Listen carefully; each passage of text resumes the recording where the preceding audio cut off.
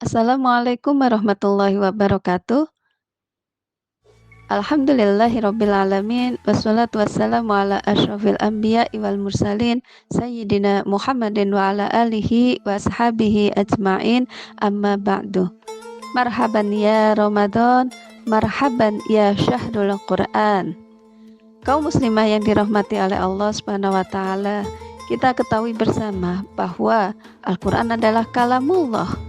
Al-Quran adalah kumpulan dari firman-firman Allah yang diturunkan kepada baginda kita Nabi besar Muhammad Sallallahu Alaihi Wasallam dan sekaligus menjadi mukjizat bagi beliau. Namun, tidak semua orang sepakat dengan hal itu. Banyak orang yang masih menganggap bahwa Al-Quran itu bukan kalamullah.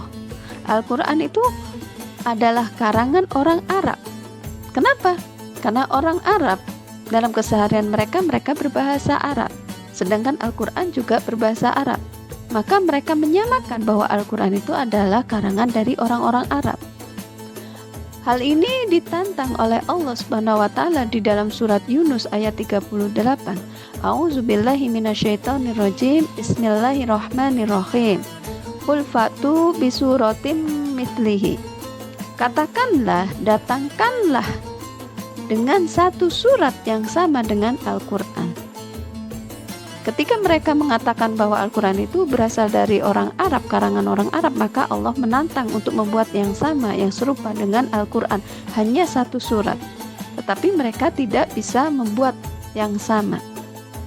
Hal ini dijawab oleh Allah Subhanahu wa taala di dalam surat Al-Isra ayat 88 yang artinya, katakanlah, sesungguhnya jika manusia dan jin itu berkumpul membuat yang serupa dengan Al-Quran, niscaya mereka tidak akan dapat membuat yang serupa dengannya, meskipun sebagian dari mereka membantu dengan sebagian yang lainnya.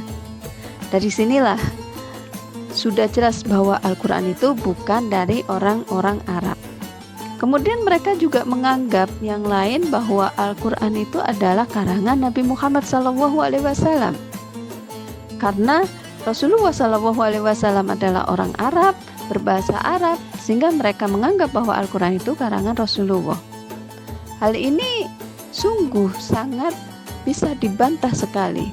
Meskipun Rasulullah SAW berasal dari Arab dan beliau juga berbahasa Arab dalam keseharian beliau, namun ketika diteliti, dipelajari lebih dalam bahwa tidak ada kemiripan atau kesamaan antara bahasa Arab yang digunakan sehari-hari oleh Rasulullah dengan bahasa Arab yang digunakan di dalam Al-Quran. Bahkan ketika Rasulullah mengeluarkan hadis-hadis beliau, maka kemudian dari hadis-hadis itu Rasulullah juga membaca Al-Quran pada waktu yang sama. Maka ketika diteliti dan diamati, tidak ada kemiripan antara bahasa Arab yang ada di dalam hadis dengan bahasa Arab yang di dalam Al-Quran. Baik itu dari susunan bahasa, dari sisi gaya bahasa, maupun dari sisi rasa bahasa.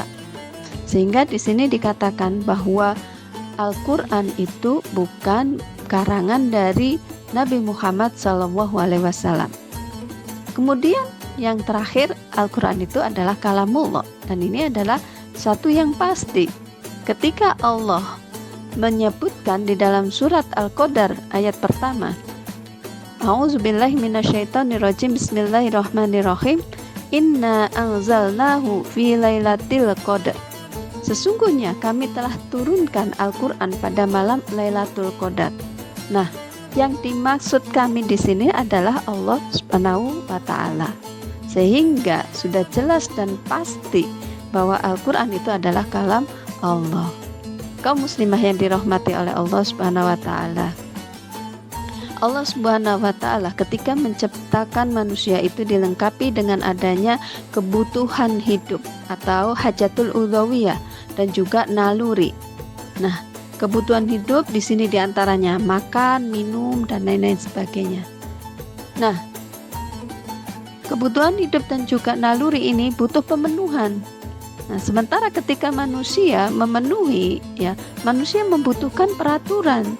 Sehingga ketika memenuhi kebutuhan-kebutuhan dan naluri tadi tidak menyimpang atau tidak bertentangan dengan hakikatnya manusia sebagai hamba Allah. Juga tidak menimbulkan perselisihan. Nah, inilah dibutuhkan peraturan. Nah, sebagaimana di dalam surat Al-Baqarah ayat 185 disebutkan di situ bahwa Al-Quran itu adalah hudal linnas wa bayyinatin minal huda wal furqan. Al-Quran itu adalah petunjuk bagi manusia dan penjelas dari petunjuk dan juga pembeda. Sehingga apa yang ada di dalam Al-Quran itu menjadi petunjuk bagi kita dalam melaksanakan aktivitas kehidupan kita sehari-hari. Kaum muslimah yang dirahmati oleh Allah Subhanahu wa taala, ketika kita sudah tahu bahwa Al-Qur'an itu kalamullah dan juga Al-Qur'an itu berisi petunjuk-petunjuk yang diberikan oleh Allah kepada kita semua. Nah, apa yang harus kita lakukan? Yang kita lakukan adalah memperbanyak membaca Al-Qur'an. Betul. Sebagaimana di dalam hadis disebutkan, man qara'a harfan min kitabillahi kataballahu falahu hasanah wala hasanatu bi asyri amsalihha. Barang siapa yang membaca satu huruf dari kitab Allah yaitu Al-Quran, maka Allah akan mencatat baginya itu satu kebaikan, dan satu kebaikan itu seperti atau setara dengan 10 kebaikan. Masya Allah. Maka di sini kita harus rajin-rajin dan bersemangat untuk memperbanyak diri membaca Al-Quran. Kaum muslimah yang dirahmati oleh Allah Subhanahu wa taala. Namun tidak cukup kita hanya sekedar membacanya semata. Al-Qur'an tadi dikatakan bahwa Al-Qur'an itu sebagai hudal linnas, petunjuk bagi manusia.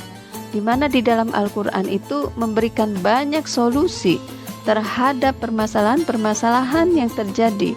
Apakah itu permasalahan yang terjadi pada diri kita, atau permasalahan yang terjadi di tengah-tengah umat manusia, atau permasalahan yang terjadi di tengah masyarakat dan bahkan negara. Al-Quran memberikan solusi yang sangat tuntas. Untuk itu yang menjadi PR kita berikutnya adalah menjadikan atau membumikan apa yang ada di dalam Al-Quran itu dalam kehidupan kita sehari-hari, di mana Al-Quran itu sebagai solusi atas seluruh permasalahan-permasalahan yang kita hadapi, dan juga menempatkan Al-Quran itu sebagai sumber hukum bagi kita semua dalam menghukumi suatu perbuatan. Inil hukmu illa lillah. Tidak ada hukum kecuali hukum Allah, dan hukum Allah itu ada semuanya di dalam Al-Quran. Wallahu a'lam bishawab. Wassalamualaikum warahmatullahi wabarakatuh.